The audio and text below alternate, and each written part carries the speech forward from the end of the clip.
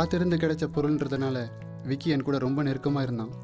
தன்னோட லீவ் நாட்களில் என்னை குளிப்பாட்டுவான், தினமும் துடைப்பான். விக்கி போகிற எந்த இடமா இருந்தாலும், செய்கிற எந்த வேலையாக இருந்தாலும் எப்பவும் நான் என் விக்கி கூடவே இருந்தேன்.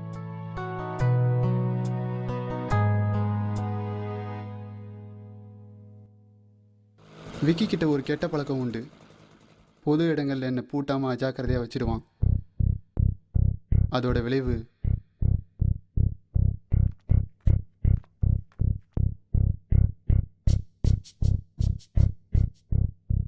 நான் திருடப்பட்டேன். என் விக்கியை விட்டு பிரிஞ்ச அந்த தருணம் என்னால் மறக்கவே முடியாத தருணம்.